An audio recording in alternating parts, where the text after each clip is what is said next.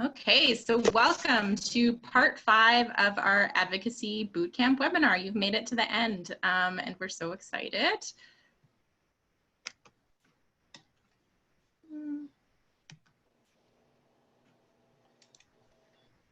Oh, there we go. So you might have recognized me. I'm Taryn Russell. I'm the campaigns director at Results Canada. I'm based in Ottawa, which is on the unceded traditional territory of the Algonquin and Anishinaabe peoples. If you're not familiar with Results by this point, I'll just give you a really quick spiel. So Results is a global movement of passionate everyday people who are committed to using the power of advocacy to push for a world without extreme poverty. Together with staff, volunteers, partners, and champions, we raise our voices with Canadian government decision makers to influence the changes needed to combat poverty. So that includes improved policies, more efficient program, and increased funding where it's needed. We also are doing this workshop in partnership with OCIC, so I'll let them introduce themselves. Thanks, Taryn. My name is Eugenia. I'm sure a lot of you know me by now. I work with the Ontario Council for International Cooperation, OCIC, and if this is the first time that you've joined us and you haven't heard of OCIC, we're a network of over 100 organizations, institutions, and people like yourselves that work in sustainable development. And a lot of the work that we do is this kind of thing to build capacity, to convene together around the issues that matter to us. In particular in regards to sustainable development and international cooperation. So this is exactly the kind of work we like to do, is to cooperate, collaborate, and do the work together much more effectively. And we are based in Toronto, which is the traditional territory of the Haudenosaunee, the Métis, and the Mississaugas of the New Credit First Nation. Passing it on to you, Taryn. Great. Sorry, there's gonna delay when I hit next slide.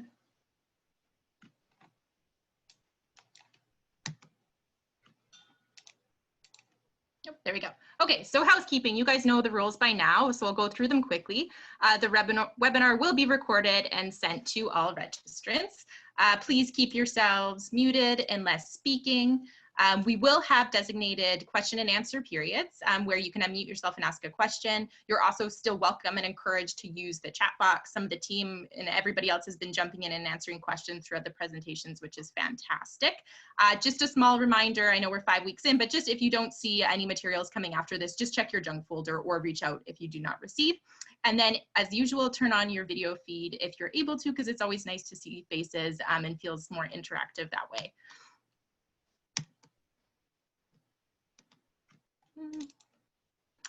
So as mentioned, today we're on our last session, which is one of the most important ones, I think, which is tracking progress. So best practices in monitoring and evaluating advocacy, which doesn't sound that much exciting, but I promise it's really important and this will be good for you guys to know. We're also going to take a lot of time in this session too to do a bit of a fun recap of the things we've learned over the 5 weeks, as well as kind of share with you some ways to stay involved going forward. So today our goal is to leave you with a clear understanding on why monitoring, learning, and evaluation is a crucial component of advocacy, a set of best practices for MLE. So when I say MLE, I'm saying monitoring, learning, and evaluation. And then ways to stay connected post bootcamp and to keep building your advocacy skill set so that things don't just end with this series, that you feel empowered to keep moving forward in your advocacy.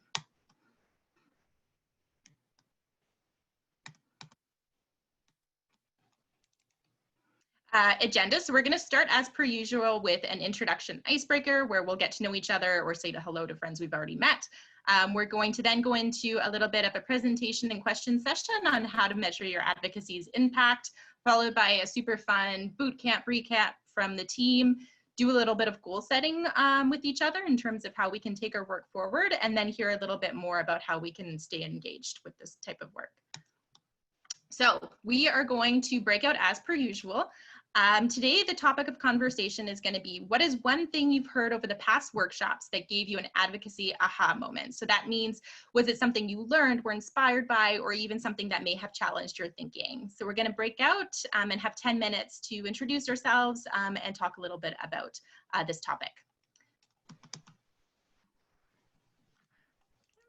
There we go. Okay, so monitoring, learning, and evaluation. So when thought this quote was pretty instrumental in terms of how important it is. So we have to answer questions like, how effective are we now in solving specific problems? Careful, thoughtful evaluation serves us, while wishful thinking does not.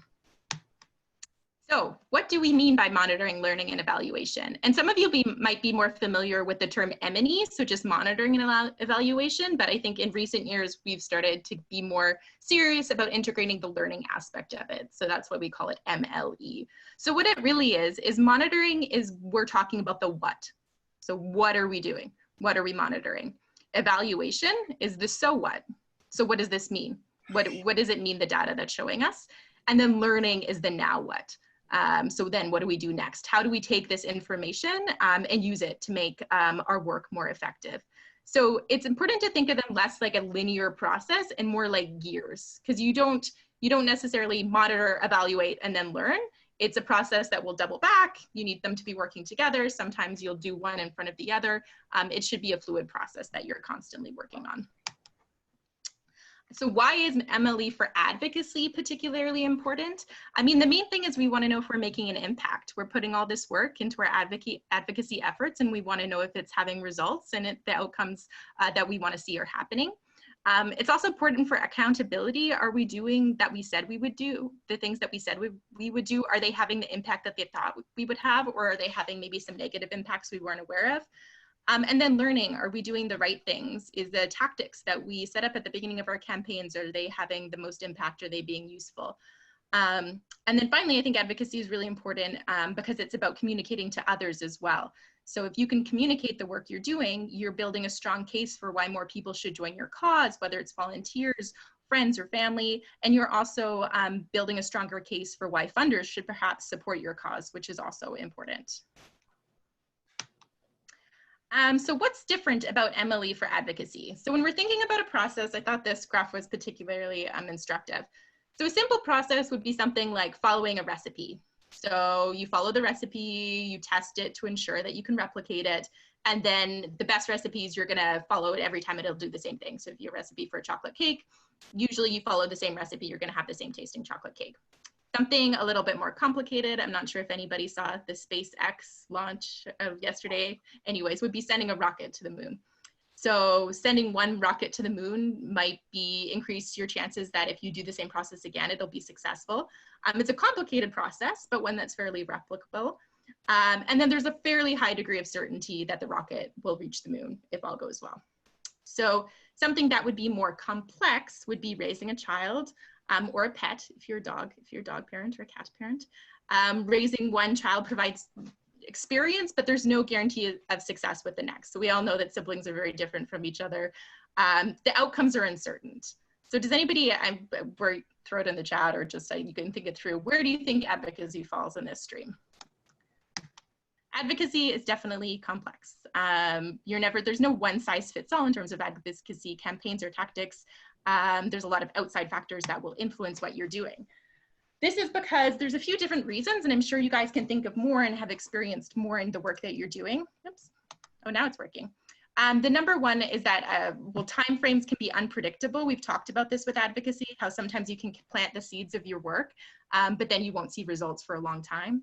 This sometimes happens with, for example, if you're working on a budget, so you want to influence a government's budget on something, you might put a lot of work into that in the year leading up to it, but you might not see the impacts of that budget until the following year, even a couple years down the road. Wider context shifts in so much strategies. I mean, I think the COVID pandemic is probably a great example of this. There was a lot of advocacy strategies that were set up before this happened, and that really changed the political situation, it changed the economic situation, it changes people's capacities to engage in advocacy. So that's definitely complex. One of the big challenges with advocacy is attribution can sometimes be difficult. It's easier to calculate contributions. So what that means is if you're working, I can use, for example, results we shared in the past that we've been working on an immunization campaign where we wanted Canada to put funding into Gavi, the Vaccine Alliance.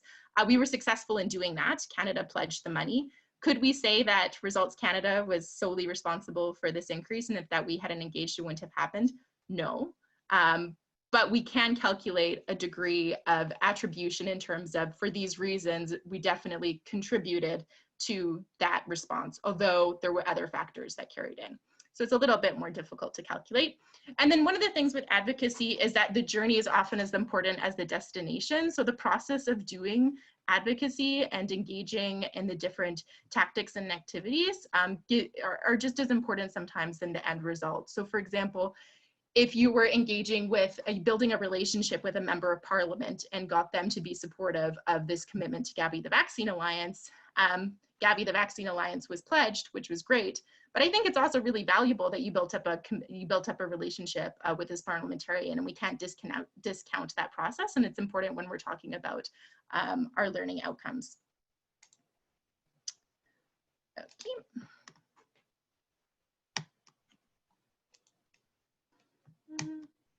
Okay, so when we're thinking of a standard way that we calculate our results, this is an example. So you engage in activities, so you're doing something. Those activities have outputs, so those are reactions or immediate results from what you do. So say you write a report, an output would be you're putting that report out there. That leads to outcomes, so people are doing something differently as the result of your work, which hopefully leads to impact. So you're seeing a long-term result from that. So that would be like a standard results framework when we're engaging in our work. Advocacy is a little bit trickier because oftentimes it's not so linear. You might engage in activities which go to outputs, which actually end up impacting a different outcome, circling back to more outputs, that sort of thing. So it's just a little bit more complicated. But I don't want to scare anybody off because that doesn't mean that there's some easy things you can do that will make monitoring, learning, and evaluation for advocacy really effective. It just requires a little bit of planning at the beginning and some forethought. So here's some ways that you can set up yourself for success in terms of monitoring, learning, and evaluation. Number one, everybody should be involved. This should be a whole team effort if you're working in an office or if you're working with a group of friends or volunteers, same thing. Sometimes we have a habit of pushing the monitoring and evaluation off onto one person who's all responsible for the reporting or the tracking of indicators and that type of stuff, but that's not going to work. Everybody should be informed and excited, involved with the monitoring and evaluation process. Now, this is if there's one takeaway that I would encourage you to remember from this presentation, with the importance of starting with a strong theory of change. A lot of you might have heard of a theory of change before. It's a statement that tells you how you're going to make change happen. So it's an illustration of how you're going to get from A to B. These are some questions that I think you can answer when you're thinking of engaging in advocacy that will help you build that statement, and I'll give you an example of how to do it. I'll give you an example so you have something for reference. So you start with, what is the change that you want to see? What is the preconditions for that change happening? So what are the critical success factors for this to happen? What does your specific contribution look like? So we talked about value add. What can you really bring to the table to help make this change happen? What does progress look like along the way? And then how do you ensure that this progress happens? So I'm going to give you an example of one for Results Canada as an organization. So like a fairly broad theory of change. Most organizations have theories of change, but you should also have specific theories of changes for your campaigns or specific advocacy goals. So what is this change you want to see? So at Results Canada, we want to see the end of extreme poverty. So also achieving the SDGs is another way to put it. What are the preconditions? So the critical success factors. Well, we think that you need to eradicate tuberculosis and other diseases. Countries should be able to provide universal health coverage so that everybody's immunized. Maternal, newborn, and child health is a priority. People have good nutrition. All children should be in school, and the impacts of climate change are mitigated. So those are a big list. What is your specific contribution? So at Results, we use the power of advocacy to create political will in Canada to support funding and policies that aims to eliminate extreme poverty. So that's where Results is value add. That's what we work towards. What does progress look like? Here's some examples. Support in Parliament for increases to the aid budget. The government prioritizes health and education and policies and programs. The media positively covers our issues. And we see increased support from the Canadian public. So then how do you ensure that this progress happens? For us, these are some of the ways we do that. We meet with parliamentarians, so volunteers and staff do this. We try to recruit more volunteers to build the movement. We work in civil society coalitions to influence government. We create policy briefs. So all this together comes back to our strong theory of change. So if you can think of an issue or an advocacy target that you want to work on, and you're able to answer these questions, you can create a paragraph that will lay out how you think that you can get from A to B. The second thing, and we've talked about this when we were talking about our strategy, and I just wanted to emphasize it again, is to have a clear goal and SMART objectives. There's a lot of terminologies in MLE that we can get messed up on. What are goals, objectives, outcomes, indicators, progress indicators? But I'm just going to share some of the ones that I think that are the most important for you to remember so that we don't overcomplicate it. So the goal, what is the overall change that you want to see? This is often longer term. So your goal is something that you don't necessarily have complete control over. You might contribute to it, but you're not going to have all control over it. Usually it's about, at least a year would take you to accomplish a goal. Can be as much as 5 years, 3 to 5 years, or longer when we're talking about the SDGs. Objective. So these are the desired accomplishment or outcome that would contribute to the overall goal. These are the things that you have more control over. They're usually intermediate terms. So like a year can be less than that. We had objectives for this. Workshop, for example. So that's very short term. And then activities. So those are actions undertaken to drive progress. So your activities want to drive you towards objectives, which will help you lead to your overall goal. Just gonna.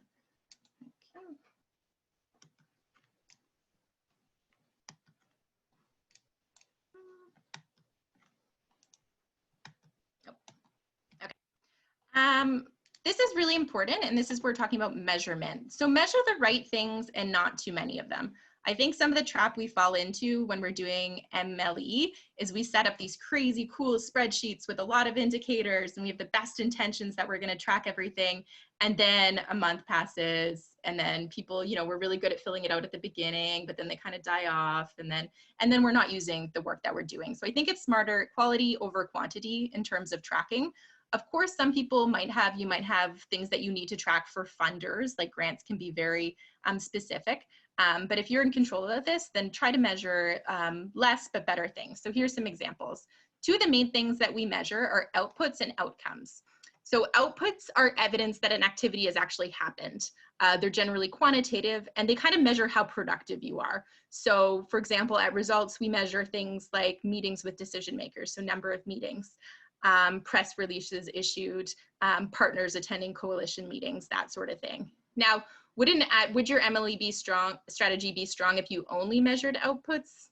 No, because outputs can tell you how productive you are, but not necessarily, that doesn't necessarily translate to how effective you are. We all know that you can be in 1,000 meetings and they can lead nowhere, or you might release, 20 press releases, but if nobody picks up on it, then that's not necessarily the most effective advocacy, but it's still important to track. So the thing I want us to really focus on is outcomes. So these are effects or changes seen as a result of the activity. So one example would be actions taken by decision makers or others. They can be quantitative or qualitative, and they measure the effectiveness. They would measure more of your effectiveness than productivity. So for example, one of the things we measure at results is we look at how many meetings our volunteers or staff have with decision makers, but we also see what the decision maker did afterwards. So did the decision maker take action? Did they, for example, write to a minister afterwards, speak up in caucus? Did they tweet about something? That helps tell us whether the tactic that we used was effective. Same thing, for example, one of the things we do at results is we send emails to decision makers around key days with some social media for them to use. So for example, World Immunization Week, Lindsay sent out a bunch of emails with some sample tweets to try to get to parliamentarians to tweet about this. That's fantastic, and we should track that she sent those out. But what we really want to know is, did those MPs pick up on that, and did they actually end up tweeting it out? So always kind of think in that two-step process, and don't get too stuck up on the activities you're doing, but how do those activities actually translate to change happening? Some other examples of that would be changes to laws, regulations, policies, and plans.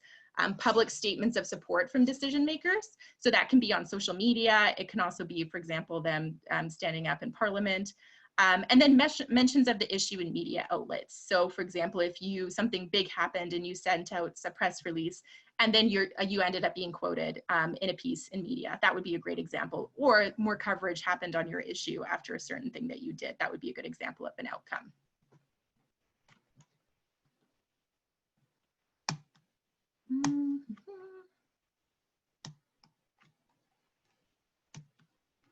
Sometimes it's quick and sometimes it's not. Oh, there we go. Okay, this is important. Don't wait until the end of your campaign to evaluate. Sometimes we are really good at having like a lessons learned session at the end of a campaign, but we should also be making sure to having touch points throughout. This means that you can use the data, so you can use the output and outcomes and the indicators that you chose to track those to make your strategy better. We have to be flexible in advocacy. Political contexts are always changing. The world around us is always shifting, and we need to be responsive to that. So that means that we can't just wait to the end of a project or a campaign to know how it's working. We want to be able to use the data that we collected to inform strategies and evaluate. One of the most important things is don't forget to communicate the impact that you're having. Sometimes we put out giant reports. So this is a little cartoon that's saying that maybe that's not the best idea. In order to reach all of our diverse audiences, the final report is now 17,000 pages. You can pick it up here. But there are a lot better ways that you can communicate your impact, and that's really important for the reasons that I said at the very beginning of this session, is that you can get more people to join your cause. You can show people that are taking action, that their actions and advocacy is working, and you can hopefully get more funding to continue doing the work that you're doing. So here's some ways that you can better show impact. I'll pull up this document in a second, but one is just to target to your key audiences. One report is not going to work for everybody. You really need to target, which is also something we learned when doing advocacy generally. Also use visuals to make your results more compelling. We've used videos in the past. We've used infographics that show how many people took action on a particular campaign. Be selective about which data you include. You probably don't need to include every piece of data. Pick the more compelling ones and balance the quantitative and qualitative. You don't want just a list of being, we did this many, we had 100 letters to the editor published, 5 op-eds and 10 meetings with an MP. That's great, but it doesn't really tell a story. You want to also balance with qualitative information. For example, maybe somebody that had been struggling to publish an LTE for years finally got their LTE published on this issue area. That's a lot more compelling and might help people understand kind of that progress part of how we get to an advocacy outcome more than the other. I'm going to share one of the ways that we've targeted to a key audience, which is parliamentarians in particular. So I'm going to stop share, and then I'm going to start sharing on a different screen if this works. Okay, can you see this one? Yes, I think so. Okay, so you can see Antu's on my screen and I can see her nodding. Okay, so this is an example of a way that we've showed a different way than just like an annual report or a campaign evaluation that we've used to show impact. So every year we do a parliamentarians year in review. And this is like showcase of all the work that we've done with parliamentarians over the year. It tells how we work with MPs and how MPs take action, but then it's also a showcase. So whether it was meetings with MPs, it was them attending events or joining our Global Health Caucus, showcasing kind of some of the social media actions that they did.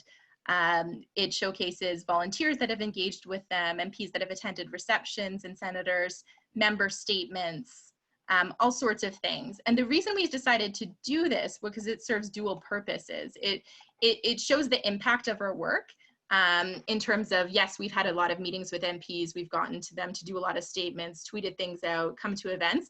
It's also a way for MPs to see that other MPs are engaging or other parliamentarians are engaging, making them more willing to do so. And then it's able to showcase that there's a lot of Canadians that really care about this work. So having them highlighted in here, engaging with their members of parliament is another element. So we publish this online and share it with everybody, but we also send copies to parliamentarians.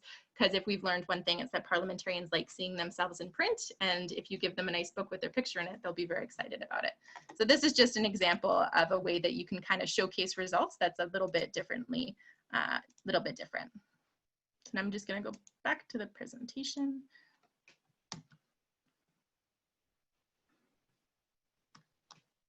Take a minute.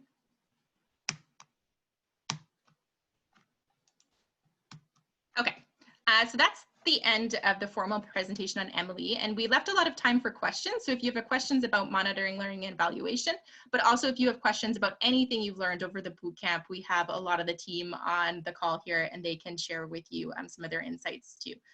I'm going to stop screen sharing so we can see your faces.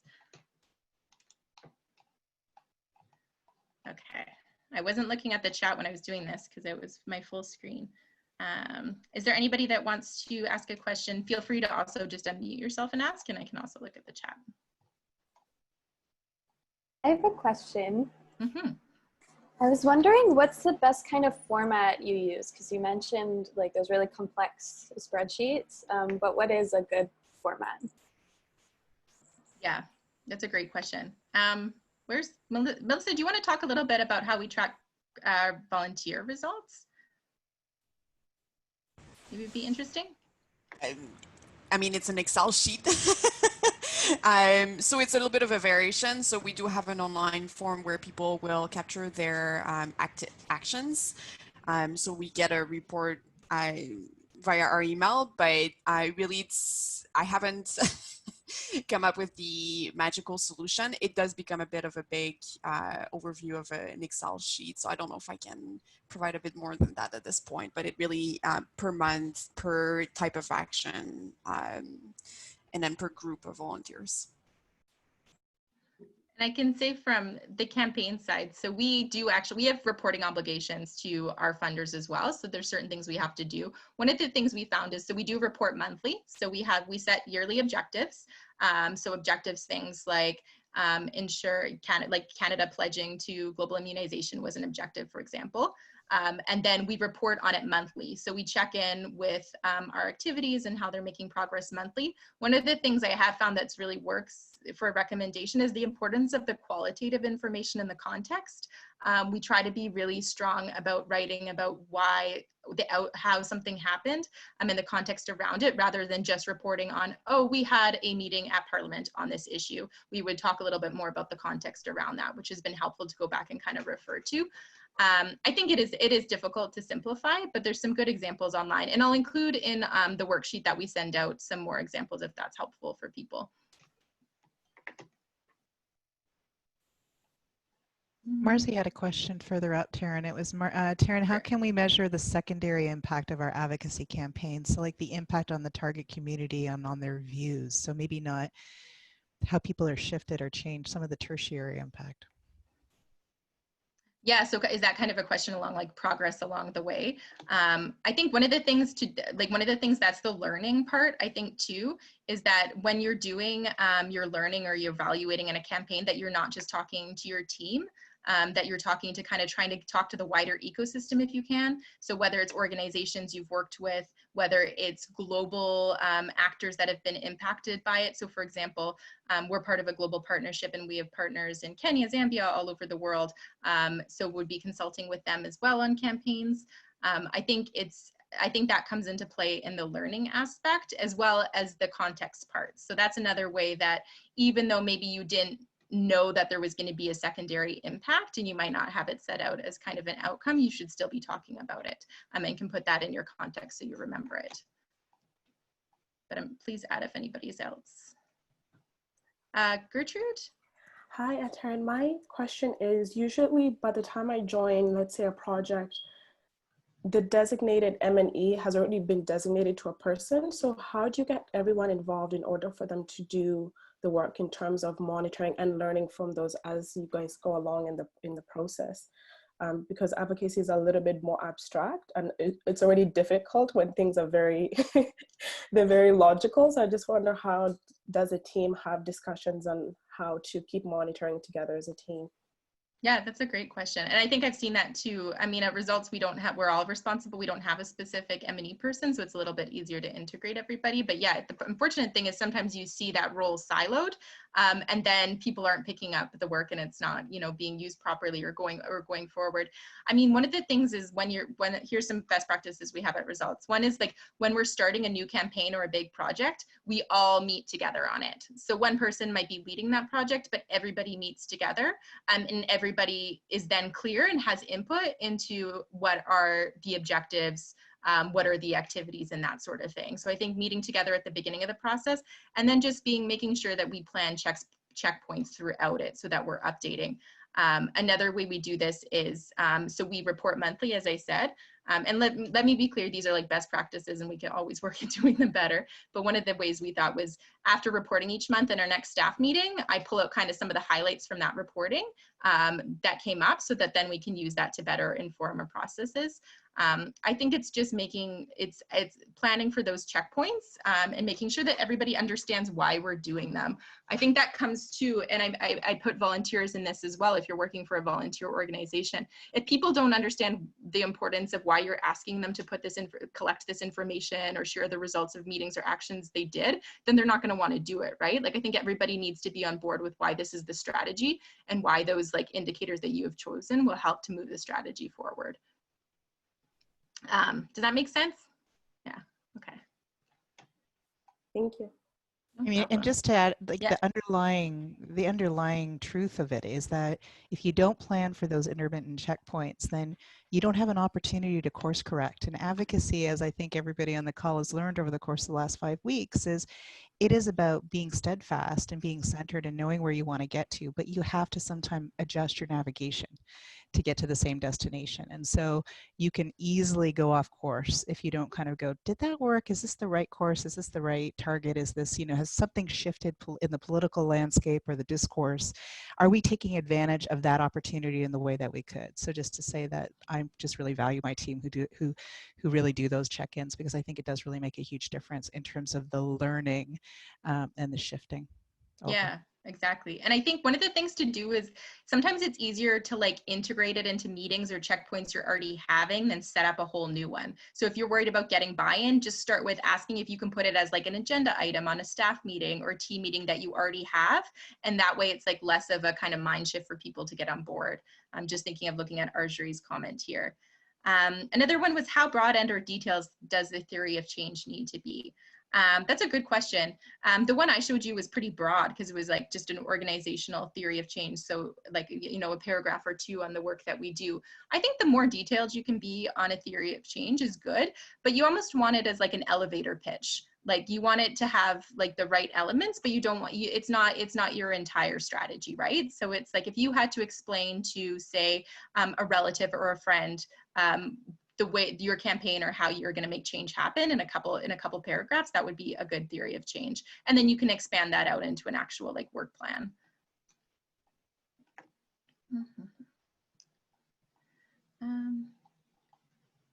So one of the other ones, since some of the impact is years down the line, how do you account for that in your MLE plan, spreadsheet, etc.? I mean, that's a really good question.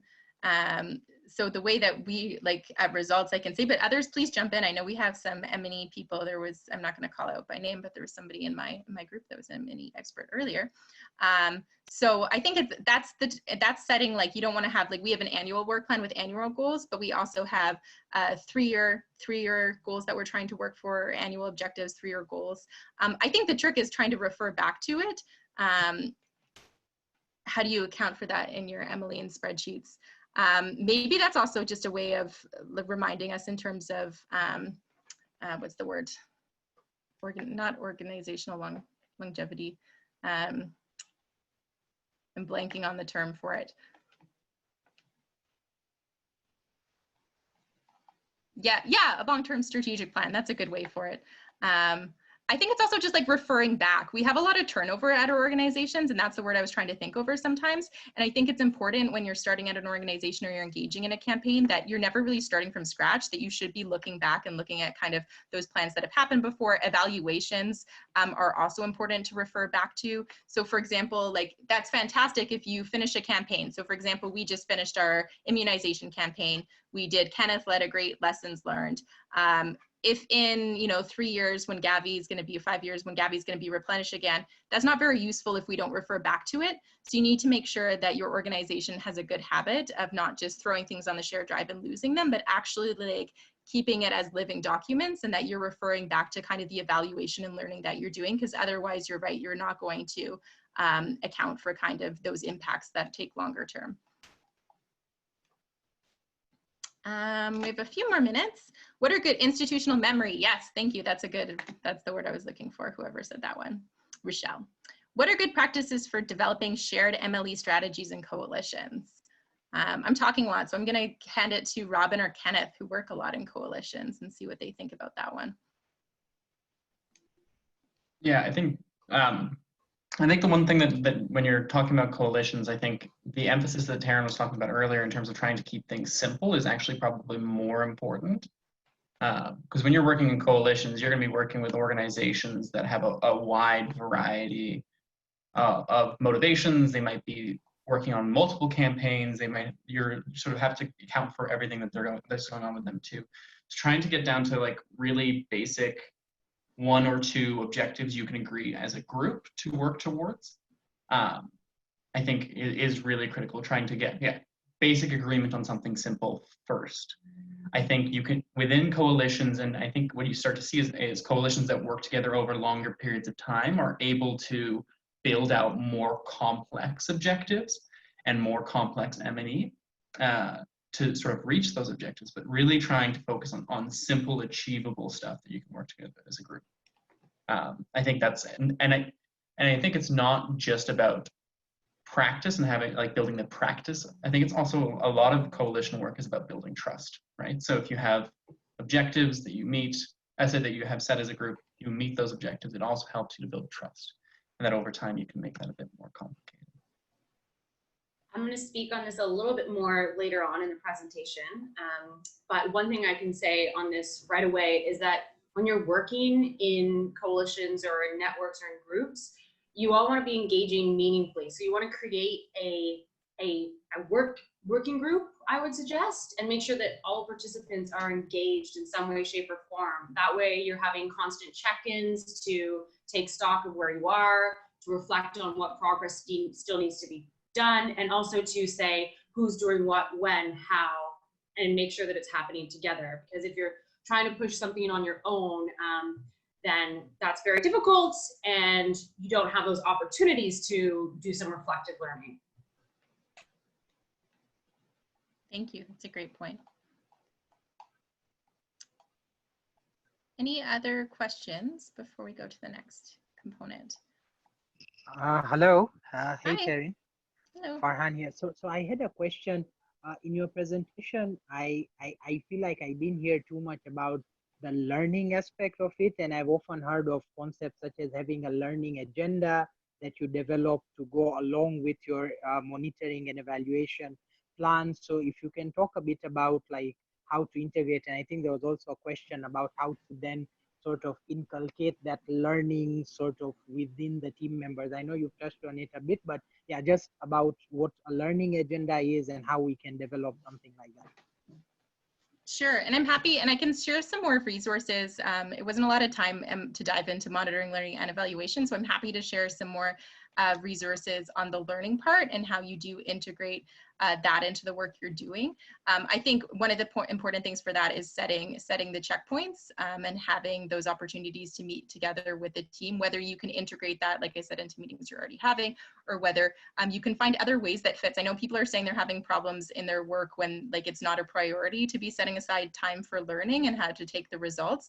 I think another thing that you can do is just, it comes back to communicating, and this maybe is building an advocacy strategy for your own organization, but really showing the value. Like, how can you link the importance of the advocacy work you're doing and the MLE and the results to what these people in your organization care about? So for example, I was saying, like, is it coming out with really good products on your advocacy and how it worked and what you learned from it that you can then use as like a fundraising tool or to pitch to get new members, or like thinking of it kind of in a holistic way that then you might be able to get more people on board in terms of raising the importance of MLE in your work. There's ways that we do it with our global partnership in terms of learning, things like having webinar deep dives where somebody that's learned something from a project or has been engaging in a specific issue area or a campaign is able to kind of communicate the results of those of that with the teams across the world. So setting up those kind of checkpoints for interested people, I don't think you can force it on everybody, but I think if you try to make it as compelling as possible and shape it in ways that they can use what you've learned to further their work forward, even if they're not working in the kind of the same areas, you can be helpful. I think this is a last question that we'll end on. And like I said, I'll send more stuff about the learning, some resources, because I think I have some good ones, is what if you're an individual advocate for a cause that doesn't necessarily already have an organized campaign or group organization? How do you imbue MLE into that context? That's a great question. I think you should still do it. I think if you're passionate about an issue, I think the one thing I would say is go through the theory of change process, like ask yourself those questions, but from like a really kind of individual micro level, because then that can help you narrow in on like what are the activities, advocacy activities that you want to engage in that would have the most impact. And maybe it's one, like, you know, asking a few people if they want to join your cause. And then staying on top of, I don't think you necessarily would need to like make a ginormous spreadsheet and it'd be hard to track every single thing that's happening, but keep it simple. Make a theory of change and you know, pick a couple objectives of what you personally want to accomplish. And we'll do that a little bit later as kind of a reflection activity and then go from there.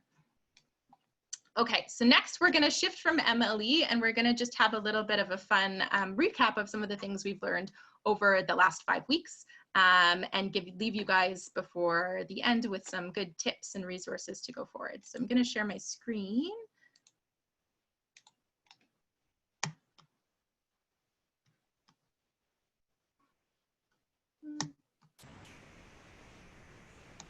It'll get there, Melissa. Come on.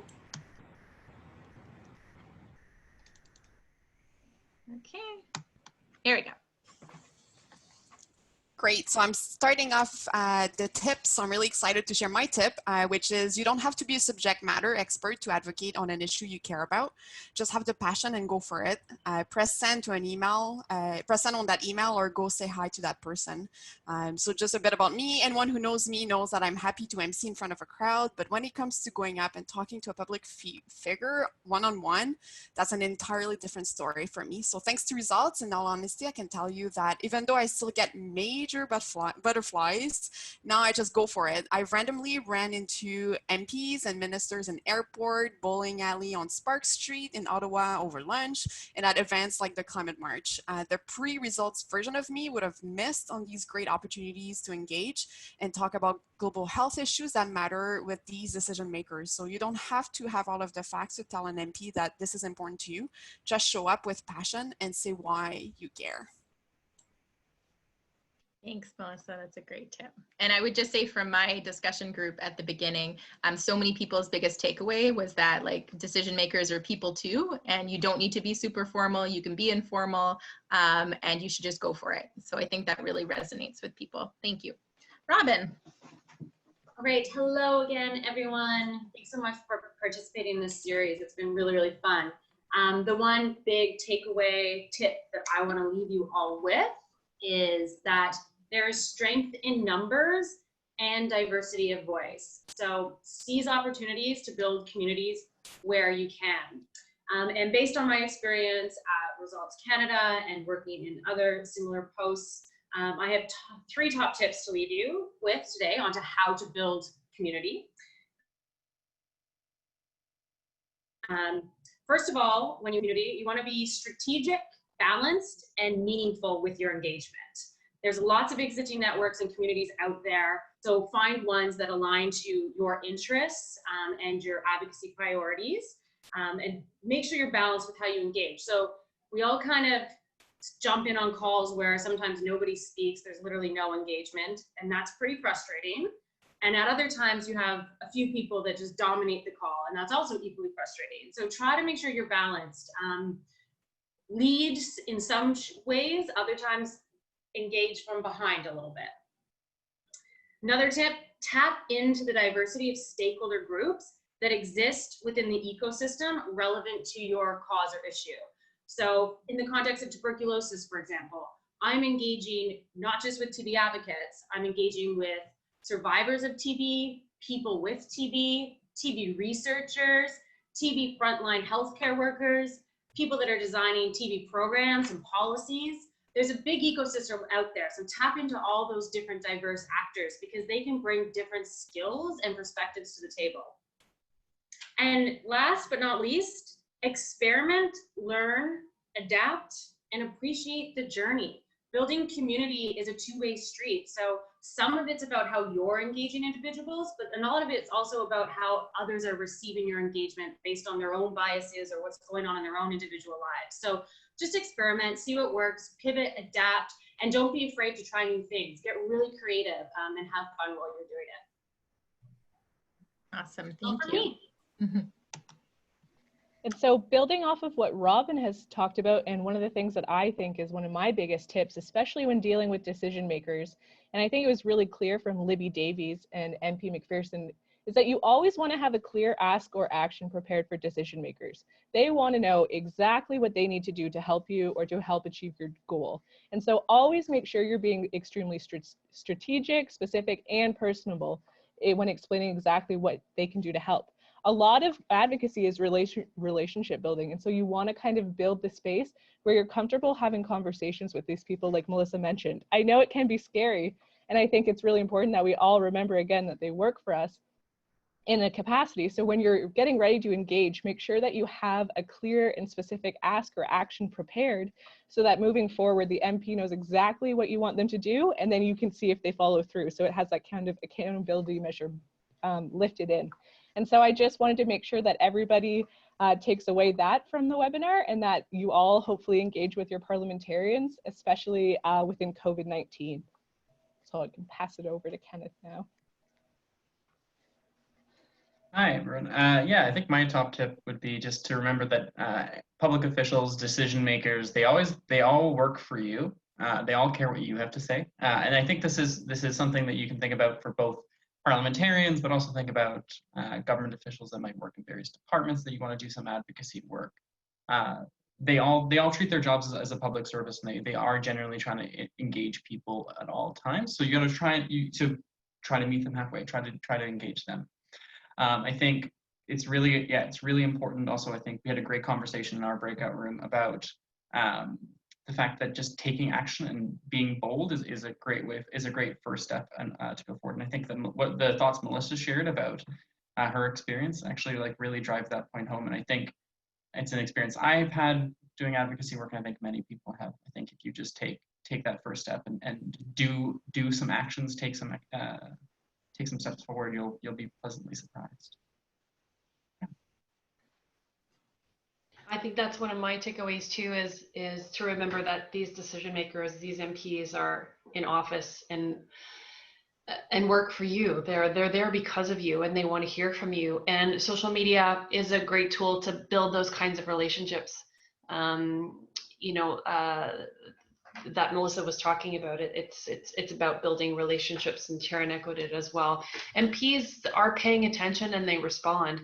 And there are some great websites, and I've put one at the bottom beside the little Twitter bird. That's just one site where you can check out where your MPs are active on social media, and they in some cases they can direct link you. So you'll see them on platforms, and you'll be able to see what kind of content they engage in and how they respond. And if you heard our guest speaker, Danny Glenwright, talk in the advocacy session, the role of digital, he really talked about doing a lot of research and really paying attention to how someone behaves with their account and what they respond to. It's not really about Twitter per se.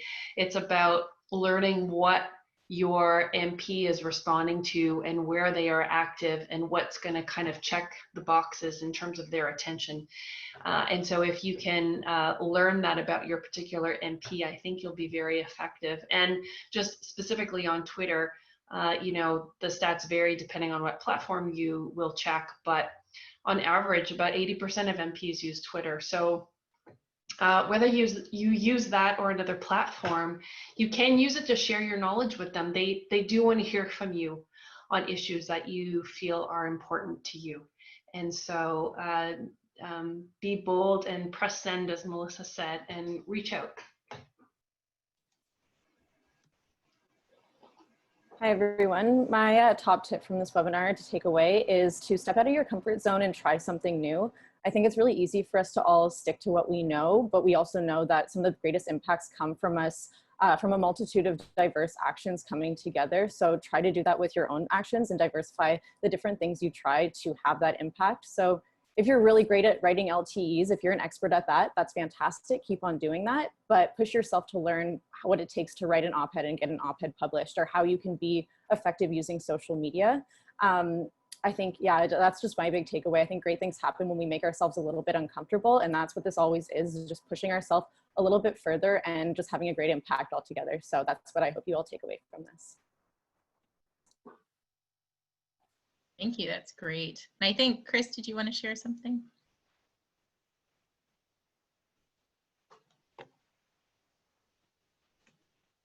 Are you on mute? Sorry, guys. Not only do I not have a slide, I was also on mute. It's okay, I'll take the screen off for a sec so we can see your face. My tip has shifted as I've been listening to the amazing advice from all of my team. So my tip is about how you need to tap into your own power and push yourself to be bold. And it relates to this, you know, as advocates, we're always pushing ourselves because, particularly for those on this call, we're advocating around really big issues. We're talking about an end to extreme poverty at results, or we're talking about some really critical social justice issues, and these can scare you.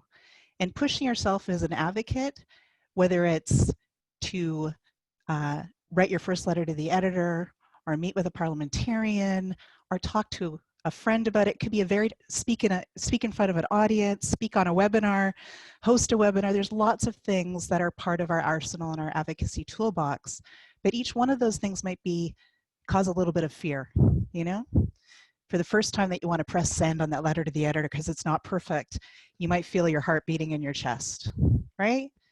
Because you're nervous before you do it. Or the first time that you speak in front of a crowd, you feel that heart beating in your chest. We've all felt that beating heart. The first time that you've gone to meet with a parliamentarian, again, that beating heart. And what I want to share with you is that there's two ways to really look at that, right? That heart beating in your chest, you can either think about it as an emblem of fear that is going to hold you back, or as I heard an amazing speaker say once, inner applause. And if you think of that beating heart as inner applause, it means that you are pushing yourself to be bold and to be courageous, and that you're on the right track. And so that fires you up. It doesn't slow you down. It doesn't stop you. So my tip is just about feel the inner applause and make sure that you push yourself to be bold, because the stakes are high and because you're also important and your power is important and needs to be unleashed. And yeah, and together we can make a huge difference if we all do that. Over. Thank you. That was great. Lots of hands. Thanks for sharing, team. So now we want to hear from you guys. We want to hear, I'm going to share my screen. Okay, how are you planning to bring your personal and professional advocacy to the next level going forward? And if you're comfortable, please share it in the chat box or out loud. So just, if that'd be good to do, I'm going to take this off because we can see each other, it's nicer, to do a little bit of self-reflection. So if you have a paper nearby, or if you can just give it some thought and give you a couple minutes just to think through kind of everything you've learned over the last 5 weeks, or even if you're new to today, what are some ways that you think that you can integrate it either into your personal advocacy or your professional advocacy? And then it would be great just to hear from a few people if anybody's interested in sharing. So we'll give you a couple minutes. We won't put on the Jeopardy music this time, but. And maybe if you do want to raise your hand, just if you can use a little icon for those that are comfortable.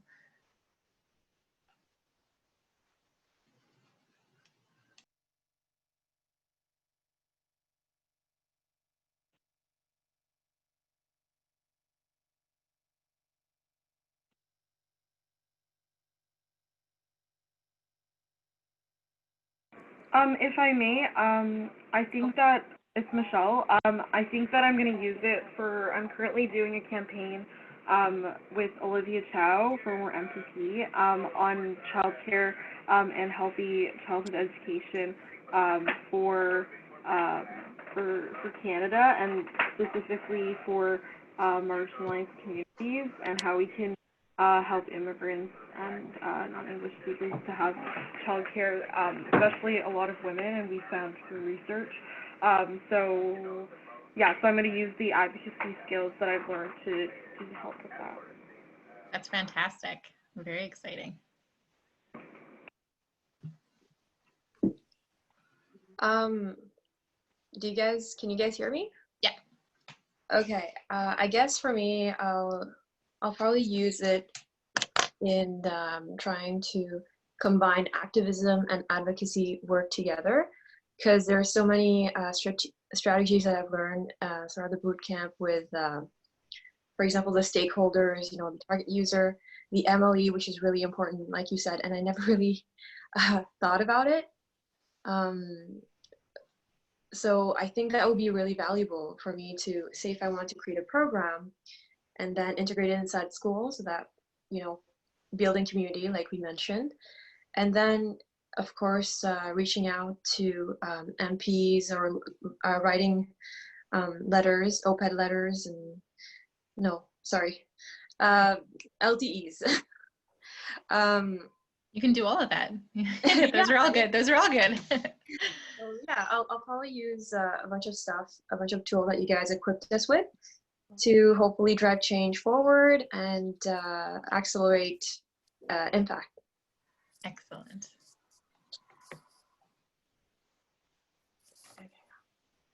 Okay, go ahead, Gertrude.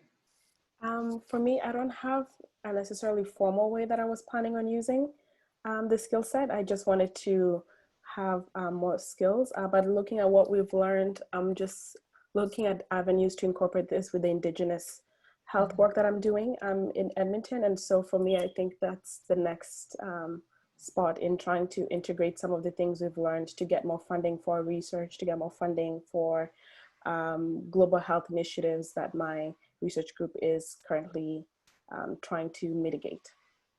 Amazing. Sounds great. Farhan, I think your hand's raised. Thank you, Taryn. So I think first of all, for me, what I'm going to do is once I get, you know, all the links for this bootcamp, I'm going to share it with a lot of people here in Tanzania, because I think I've learned a lot, and I think a lot of other people within my network would definitely learn a lot from it. Like I've said in certain breakout rooms, you know, I've been doing advocacy before, but I was doing it without realizing that it's advocacy, and now I'm sort of more interested in learning about advocacy slightly more academically or formally, if I may put it that way. So I'm going to, you know, use a lot of different things, but I think something that came through to me today was just going through the theory of change process for all of the things that I'm passionate about, so that I can be, because over here we have a lot of individual advocacy that a lot of us young people are doing. It's not really an organization or a particular organized movement. So I think that's something that I want to do for myself, just go through that theory of change process for some of the things that I'm passionate about and see what I come through with that. Thank you. Great. And it's exciting to see people from kind of all over the world. There's a woman who's from California that was on the breakout this morning. Tanzania, we're well represented outside Canada as well, which is great. Does anybody else want to share? Rochelle, I think.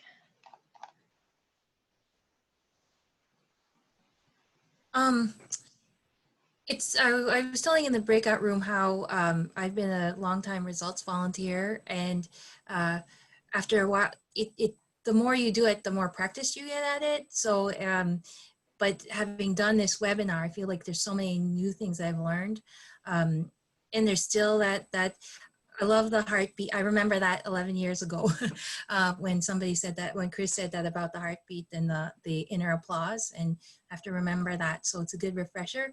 But I also feel like capturing the learning, like to where you've come on an individual level. What results really did for me personally was give me a voice. Like I was afraid before. I was like, who am I? I'm just like an ordinary person, and other people don't believe, I don't want to confront people.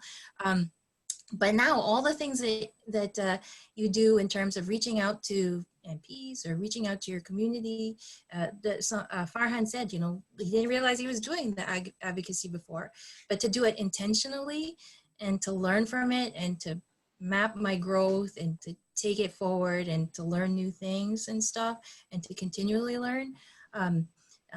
That's the great thing about advocacy. You gain the skills that you can use elsewhere in your life. It doesn't just have to be for, you know, the these big giant issues, but being able to stand up and say, hey, my voice counts. So, so thank you so much for this opportunity. Thanks, Rochelle. That's powerful. And I think that echoes Dina in the comments had said, it's a great reminder that advocacy isn't just reserved for professional work and that you don't need to have the name of an organization behind you to engage. And that's so true, that it's important at an individual level and just having the tools that can amplify kind of your personal advocacy work and make it sharper. I mean, one of the things that I love about advocacy is it just gives you an outlet. Like when you read something on the news or you see something that, you know, you're angry about, instead of just being like, the world sucks, you have like a solid path forward to actually do something about it. And it's just giving yourself a nudge to be like, you know what, I am going to write that LT, or I am going to sign that petition, and that's actually going to have a big impact. Which is awesome. I just wanted to say too, Chris actually said something that reminded me, which is an important part of Emily that I didn't touch on, but it's celebrating the successes on the way, and that should be part of the process, that it's not just about the end result, and that we are taking the time, and particularly as an advocate, as an individual, that you are taking the time, and whether it's sharing something exciting in your advocacy with friends or family, or, you know, like giving yourself some kudos on social media for doing something, that don't forget to make that part of the process, because it's important too. We have a couple more minutes. Did anybody, I lost track of the flash of the chat group. Did anybody have any last thoughts before we move on?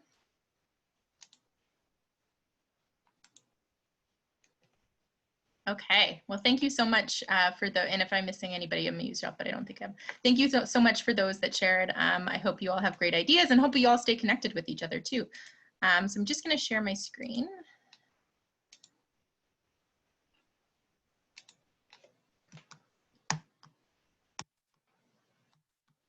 Switches, it's just lingering on my slide with the typo. We didn't notice until you pointed it out. Okay, I noticed. I was like, cut it, get it off. Okay, so next we just want to talk to you a little bit about ways to stay engaged. So I will hand it off to Melissa and Eugenia in a second, but I also just want to emphasize as we're nearing the end of this 5-week workshop, that it's really important that you tell us how we did, so that we can make these better for you and come up with more ways for you guys to learn about advocacy. So we're going to send you an evaluation survey, I think on Monday. And so if you can complete that, that would be fantastic. And if you do, you will receive a very cool looking advocacy certificate of completion that you can share on social media, put on your LinkedIn, or do whatever you like with. So that's a little bit of a reward for completing the survey. But now I'm going to hand it over to Melissa. Great, thank you. So I'm really excited to talk to you really quickly about getting involved. So now that you've spent the last few weeks learning about the power of advocacy and we know how lit up you are, we want to invite you to volunteer with us at Results Canada. So as you know, our vision is one of a world without extreme poverty, and our volunteers are at the core of our work and successes. Whether you want to do good in the world, or you want to build your resume, or you want to create meaningful connections, Results is for you. We have volunteer opportunities that will call upon different skill sets, from leadership to communication to planning. Our volunteers are involved by engaging with the members of parliament, as you very well know, by getting published in the media, and by raising awareness about our global health and education issues. We're not looking for 100,000 people to volunteer with us. We're looking for quality over quantity, heart over matter, and passion with compassion.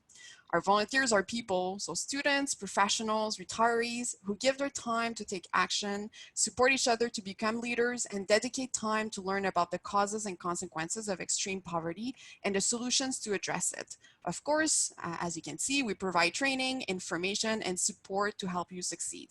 I could spend the next couple of minutes telling you why, in my own view, you should join Results, but instead I thought of letting our volunteers convince you. Next slide, please. So this is a quote from our brand new volunteer, Dina, who joined in April and has since gotten her first ever letter to the editor published in the Hill Times this past Monday. Here's what she has to say. Results has given me the courage, support, and power to use my voice to advocate for important global issues that I have always wanted to speak up about, but did not know how. With the opportunities that Results provide, as well as the support from the amazing people at Results, I feel that I'm truly making a positive impact in the world.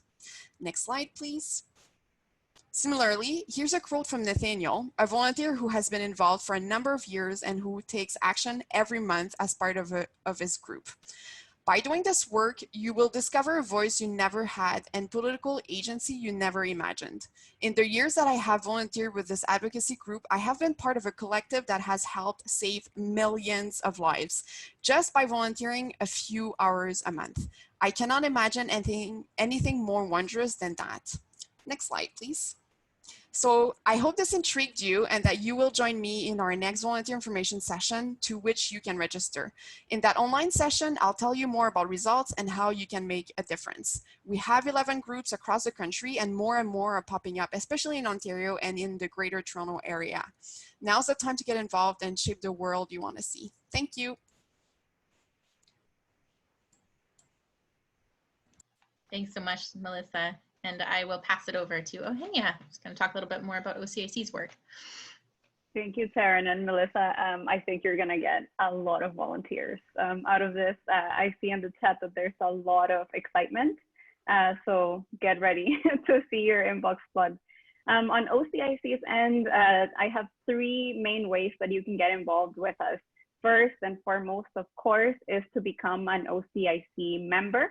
And you can do so in different ways. One is if you are part of an organization, you can have that conversation with your leadership, with your team members about becoming an OCIC organizational member. Also, if you are working with an institution like a university or college, you can absolutely become a member in that way. But of course, we know that in our network and international cooperation, we have a lot of folks that just do this individually. You're a student, you're a consultant, perhaps you're just getting started, and being a member of OCIC can help you be part of the network, get engaged, be informed about what's going on, and really get this bird's eye view of what's going on in Ontario, but also across Canada, as we are part of a coalition. So I'll put in the chat how you can do that and who you can contact to become an OCIC member. Second is we have an active campaign going on called Global Solidarity Matters. And a lot of you already contributed to that campaign over the last few sessions.